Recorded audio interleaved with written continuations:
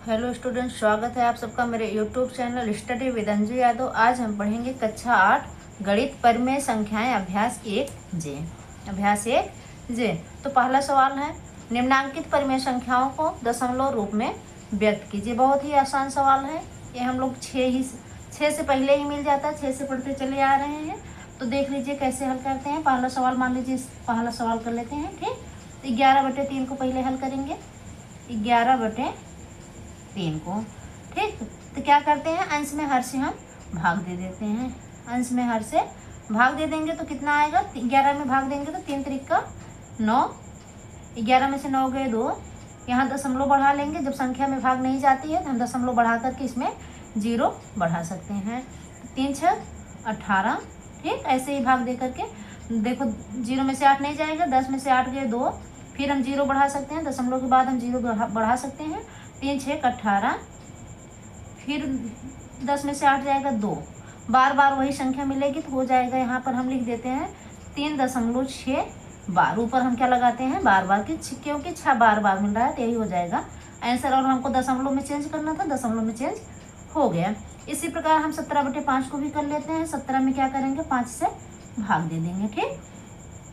तो 5 तिहाई 15 हो जाएगा। 17 में 5 से भाग देंगे तो 5 तिहाई 15, यहाँ 15 हो जाएगा। 7 में से 5 गए 2, यहाँ दशमलव बढ़ाएंगे क्योंकि 2 में 5 से भाग जाएगा नहीं, दशमलव बढ़ा करके क्या करेंगे, यहाँ 0 बढ़ा लेंगे। तो 5 चौ 20, यहाँ कट जा रही संख्या तो इसका आंसर हो जाएगा 3.4। यही क्या है, आंसर है। इसी प्रकार हम 19/6 में कर लेते हैं। 6 से 19 में भाग दे देते हैं, ठीक। तो 6 त्रिक 18, 9 में से 8 गए 1, दशमलव बढ़ाएंगे, यहाँ 0 बढ़ा लेंगे। 6 कन्नम 6, ठीक। 10 में 6 कन्नम 6 आया था, ठीक, ध्यान दीजिएगा। 6 कन्नम 6, 10 में से 6 गए 4, ठीक। फिर यहाँ हम 0 बढ़ा लेते हैं, 6 के 36, ठीक।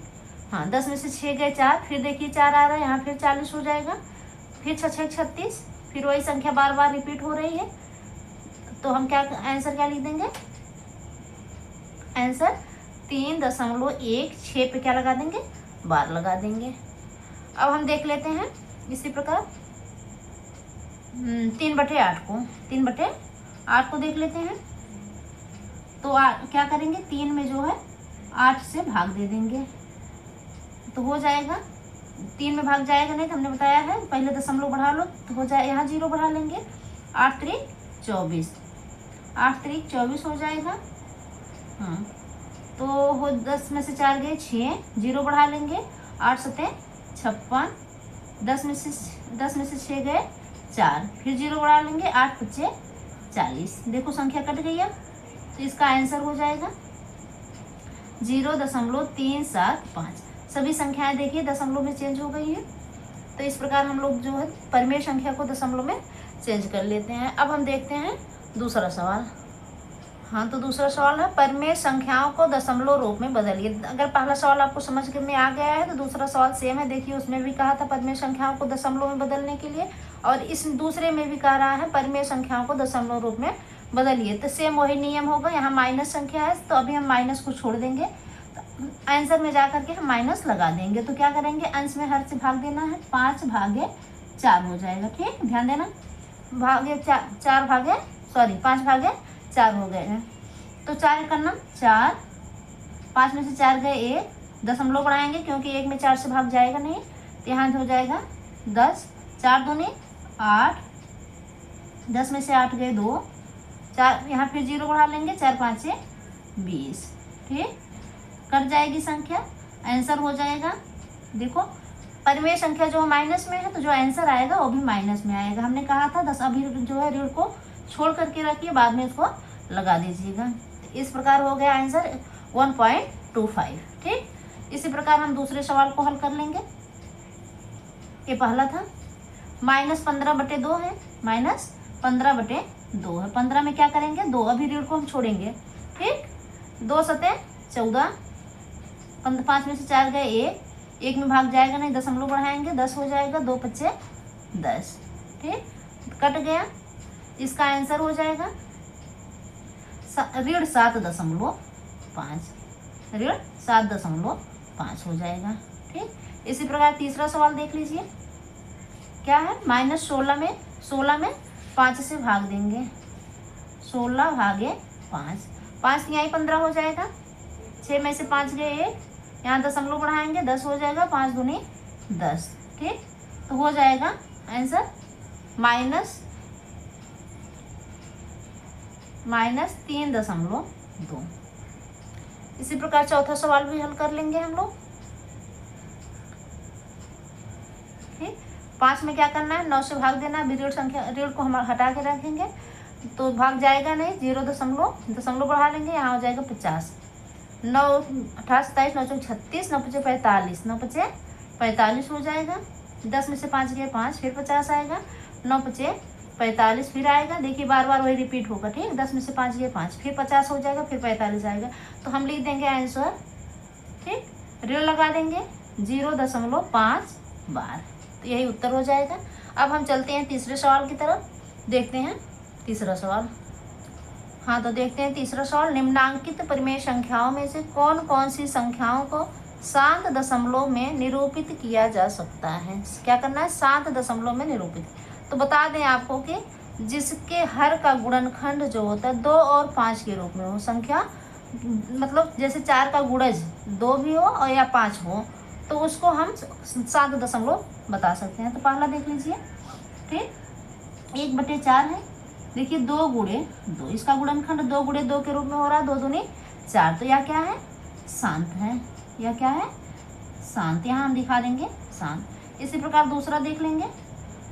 ठीक, 11/8 है। कौन सी संख्या है, 11/8 है। तो बराबर हो जाएगा 11।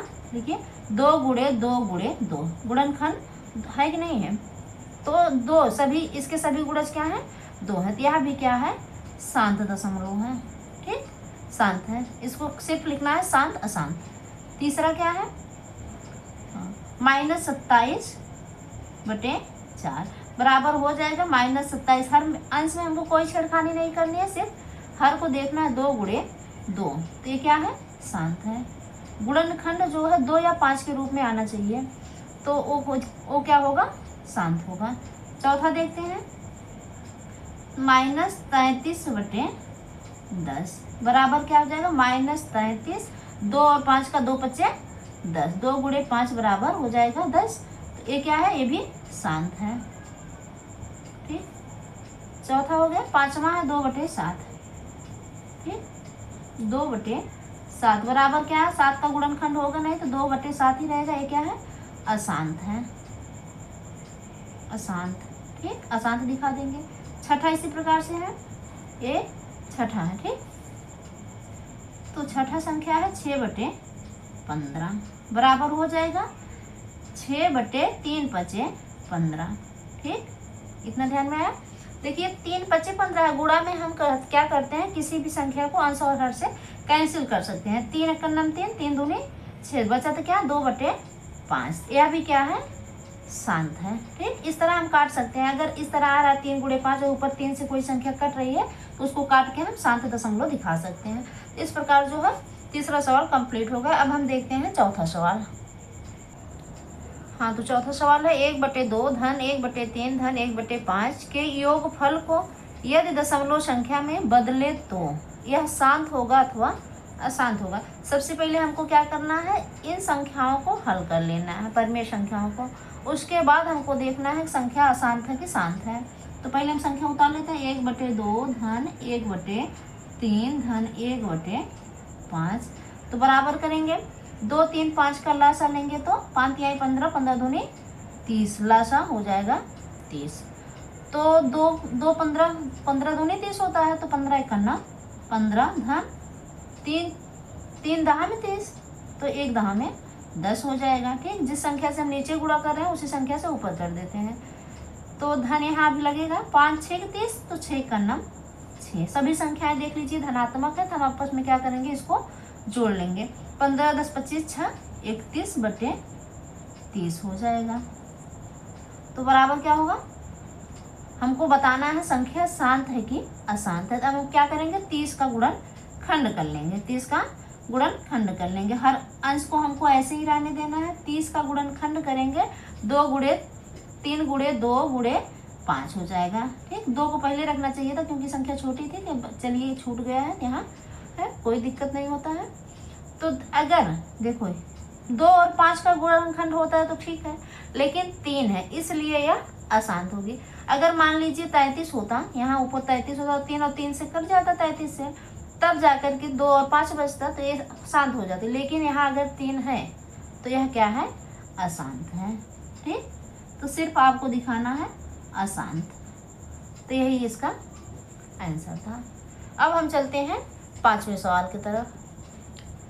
तो 5वां सवाल है, निम्नांकित परिमेय संख्याओं में से किस किस का शांत दशमलव संख्या में निरूपण नहीं हो सकता है। तभी हमने आपको पिछले तीसरा सवाल था क्या, हाँ तीसरा सवाल था शांत दशमलव सिखाया है, तो उसी हिसाब से इसको भी करना है। जैसे पहला सवाल है, देख लीजिए 24/7। 7 का गुणनखंड जो है 2 गुणे 5 के रूप में नहीं हो सकता, इसलिए यह क्या है 24/7। क्या सिर्फ बताना है कि नहीं है, तो आप लिख देंगे नहीं है। ठीक है तो है लिख दीजिए, नहीं है तो नहीं है। ठीक, दूसरा है 5/6 बराबर 6 का गुणनखंड करेंगे तो 2 गुणे 3 हो जाएगा। तो देखिए सिर्फ 2 गुणे 2 होता तो हो जाता, लेकिन 3 भी है तो नहीं है, यहाँ लिख देंगे नहीं है। तीसरा है 7/15। ठीक, 7/15। तो आप लोग जो है पूरा वीडियो देखेंगे तभी समझ में आएगा, और लाइक सब्सक्राइब करते रहिएगा। ठीक, तो 7 3 गुणे 5 है। देखिए 3 आ गया तो इसको क्या कहेंगे, नहीं है। तीसरा हो गया। अब चौथा भी देख लेंगे। चौथा 7 हम जानते हैं क्या शांत दशमलव हो ही नहीं सकता, 3/7 बराबर लिख देंगे 3/7 नहीं है। अब हम इसको देख लेंगे 5वें सवाल को। ठीक, 5 सही 3/4। तो इसको हम प्रॉपर फ्रैक्शन में चेंज कर, सिंपल फ्रैक्शन में चेंज कर लेंगे। मिक्स फ्रैक्शन में दिया गया है 4 पंचे 20, 23/4। तो बराबर हो जाएगा 23। 4 का गुणनखंड करेंगे 2 गुणे 2। देखिए 2 गुणज रूप में आया है, ये है यहाँ दिखा देंगे है। ठीक, इस प्रकार 5वां सवाल सॉल्व हो जाता है। अब हम देखते हैं 6ठा सवाल। हाँ, तो 6ठा सवाल है, अपनी अभ्यास पुस्तिका में निम्नांकित कथनों के सम्मुख सत्य के लिए सही और असत्य के लिए गलत का निशान लगाइए। ठीक, निशान यहाँ लिखना था, निशान लगाइए। ठीक, तो निशान लगाइए। तो पहला सवाल है 1/25 का निरूपण एक शांत दशमलव के रूप में किया जा सकता है। तो आप करके देख लेंगे। 1/25 बराबर हो जाएगा 1/2 गुणे 5। देखिए 2 और 5 का गुणनखंड हो रहा है, ये क्या है सही, सिर्फ लगाना है तो सही है। ठीक, अब हम देख लेते हैं 1/9 का निरूपण एक शांत दशमलव संख्या रूप में किया जा सकता है। तो 1/9 बराबर होता है 1/3 गुणे 3। हमने बताया है कि 3 जो है अगर आता है गुणनखंड में तो वह संख्या आसान नहीं होती। तो यहाँ हम क्या लगा देंगे, असत्य लगा देंगे, गलत का चिन्ह लगाएंगे।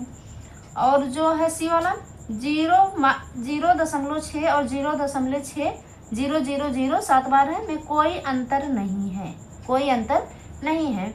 तो ये क्या है, सही है, क्योंकि 0 दशमलव के बाद हम कितना भी 0 बढ़ा सकते थे। यहाँ 0 बढ़ाया गया 6 में, 0.6 में नहीं बढ़ाया गया था। हमें ज़रूरत पड़ गई तो हम यहाँ 0.0 बढ़ा सकते हैं। तो यह क्या है, सही है। 3/7 अपने दशमलव संख्या के रूप में अशांत आवर्ती नहीं है। 7 आप जानते हैं कि अशांत है, तो यहाँ कह रहा नहीं है, तो यह क्या है, गलत है। ठीक, इस प्रकार से जो है 1 का जे समाप्त हुआ। हमारी वीडियो अगर आपको अच्छी लगी हो लाइक करिए, शेयर करिए, सब्सक्राइब करना तो बिल्कुल मत भूलिए। धन्यवाद।